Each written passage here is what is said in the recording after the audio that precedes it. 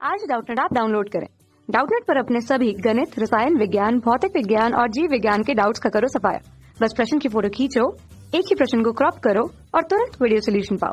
अभी डाउनलोड करें। क्वेश्चन दिया हुआ है हमें कि सामान्य ताप एवं दाब पर एक मोल द्विपरमाणु गैस को रुद्धोष्म रीति से संपीड़ित करके इसका आयतन आधा अगर कर दिया जाता है तो गैस पर किया गया कार्य कितना होगा, ये हमसे पूछा जा रहा है। जहां गामा का मान हमें 1.41 के रूप में दिया हुआ है, हमें बताया जा रहा है कि गैस पर किया गया कार्य का मान विकल्प रूप में 1280 जूल, 1610 जूल, 1815 जूल या 2025 जूल है। तो कौन सा मान यहाँ पर सही होगा वो हमें देखना होगा।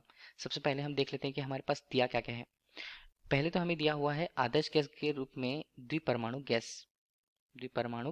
गैस, ठीक। और उस पर अगर हम ये बात करें कि मोल की संख्या तो n के रूप में प्रस्तुत करते हैं। मान दिया है 1 मोल। इसके अलावा बोला है कि सामान्य ताप एवं दाब पर सामान्य ताप की स्थिति हमारे पास क्या होती है, तो अगर हम उसे लिखें तो नॉर्मल टेम्परेचर सामान्य ताप, ये कितना होता है, ये होता है T बराबर 20 डिग्री सेल्सियस, ठीक। अगर 20 डिग्री सेल्सियस को केल्विन में परिवर्तित करें तो 20 धन यहाँ पर 273 हम कर देते हैं, केल्विन पे होगा इसका मान। तो टी का मान अगर हम देखें तो टी का मान हमारे पास होता है 293 केल्विन, ठीक। ये तो सामान्य ताप है। सामान्य ताप एवं दाब की बात की जाए तो दाब को हमने P1 से प्रस्तुत कर रखा यहाँ पर। चलिए इसे 1 के रूप में ले लेते हैं और इसे भी 1 के रूप में ले लेते हैं, तो इसका मान लगभग वायुमंडलीय दाब के बराबर 1.01 गुणा 10 की घात यहाँ पर 5, ये किसमें होगा, पास्कल के रूप में, ये हम ले लिए हैं। द्विपरमाणु गैस को रुद्धोष्म रीति से अगर संपीड़ित किया जाता है तो हम उसे लिख लेते हैं कि ये सबसे पहले तो एक रुद्धोष्म विधि होगी, ठीक। रुद्धोष्म विधि, देखिए रुद्धोष्म विधि है तो आयतन को रुद्धोष्म विधि से संपीड़ित करके आयतन आधा कर दिया जाता है। मान लीजिए प्रारंभिक स्थिति पर आयतन का मान V1 था और दूसरी स्थिति पर आयतन का मान अगर V2 रहता है तो वो बोला है कि पहले स्थिति का आधा है, मतलब V1 का, उसे हम लिखेंगे यहाँ पर V1/2 के रूप में। ये तो हमारे पास हुआ आयतन का मान। अब यहाँ पर बोला है इस तरह गैस पर किया गया कार्य कितना है, जबकि गामा का मान हमें दिया हुआ है। तो रुद्धोष्म विधि में अगर हम गैस द्वारा किए गए कार्य को लिखें तो उसे हम लिखेंगे गैस द्वारा कृत कार्य, ठीक। इसे किससे व्यक्त किया जाएगा, W से।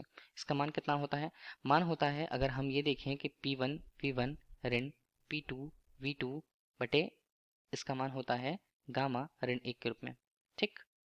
लेकिन अगर हम यहाँ पर देखें कि दाब का मान तो हमें दूसरी स्थिति पर पता नहीं है, क्या लिखा जा सकता है इसे आदर्श गैस की स्थिति के लिए देखें तो n यहाँ पर होगा, r यहाँ पर होगा और हम इसे लिखेंगे T1 ऋण T2 के रूप में। और अगर हम नीचे मान को देखें तो हमारे पास यहाँ पर होगा गामा ऋण 1 के रूप में, ठीक। तो ये हमारे पास कार्य का सूत्र हुआ, तो इसी सूत्र में सभी मानों को रखना होगा, लेकिन हमें इसके लिए चाहिए T2 का मान, ठीक। तो T2 का मान हम कैसे निकालें, क्योंकि रुद्धोष्म विधि है हमारे पास सूत्र होता है कौन सा, अगर हम ये देखें तो ये बनता है T1 V1 गामा ऋण 1 बराबर होता है T2 V2 गामा ऋण 1, ठीक। हमें निकालना है T2 का मान, हमने लिख दिया T2/T1 के रूप में और बाकी सारे मानों को उस तरफ पक्षांतरित किया तो इसे लिखा V1 बटे यहाँ पर होता है V2 और यहाँ पर मान होता है गामा ऋण 1 के रूप में।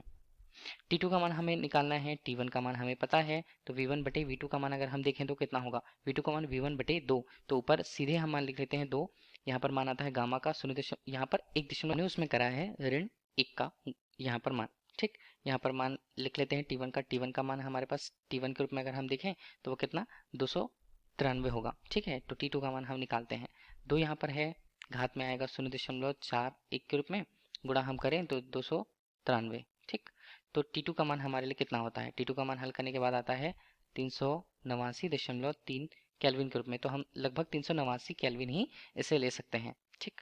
तो अगर यहाँ पर T2 का मान भी हमें मिल गया, अब यहाँ पर हम मान को रखें कार्य के सूत्र में, तो कार्य बराबर होता है W का मान n, मोलों की संख्या को बता रहा है, 1 मोल वहां पर है, R का मान हमारे लिए होता कितना है 8.31 के रूप में होता है, ठीक, होता है जूल प्रति मोल प्रति केल्विन के रूप में। T1 का मान अगर हम देखें T1 T2 में जो अंतर होगा, ठीक है, इसे क्या लिखा जा सकता है, तो हमारे पास मान होगा ऋणात्मक, तो यहाँ पर अगर हम मान देखना चाहें तो इससे क्या लिखा जा सकता है, ऋणात्मक चिन्ह अगर हमने लिया तो T2 ऋण T1 का मान, तो T2 का मान हमारे पास 389 और T1 का मान हमारे पास कितना था 293 केल्विन था। और अगर हम नीचे मान को देखें तो हमारे पास गामा ऋण 1 का मान 0.41 आता है सीधे सीधे हल करने के बाद। तो कार्य का मान हमारे लिए कितना है ऋणात्मक रूप से लगभग 1945 किसमें जूल के रूप में, ठीक है।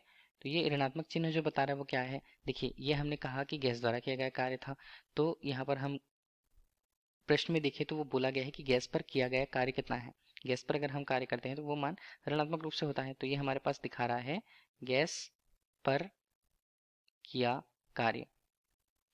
गया कार्य अगर हम देखें तो, ठीक। तो ये हमारे पास मान होगा।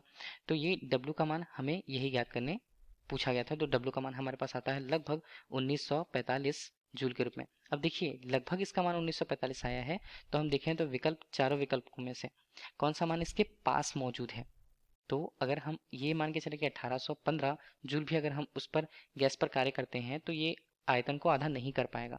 तो लगभग हमारे पास अगर हम मान को देखें तो विकल्प डी के रूप में इसका मान हम कह सकते हैं, ठीक है। तो हमारे लिए इस प्रश्न का उत्तर लगभग मान के रूप में विकल्प डी होगा। धन्यवाद। कक्षा 6वीं से 12वीं से लेकर नीट, IIT, JEE वो एडवांस के लेवल तक 1 करोड़ से ज्यादा छात्रों का भरोसा। आज ही डाउनलोड करें डाउटनेट ऐप या व्हाट्सएप करें अपने सारे डाउट्स 8400 400 400 पर।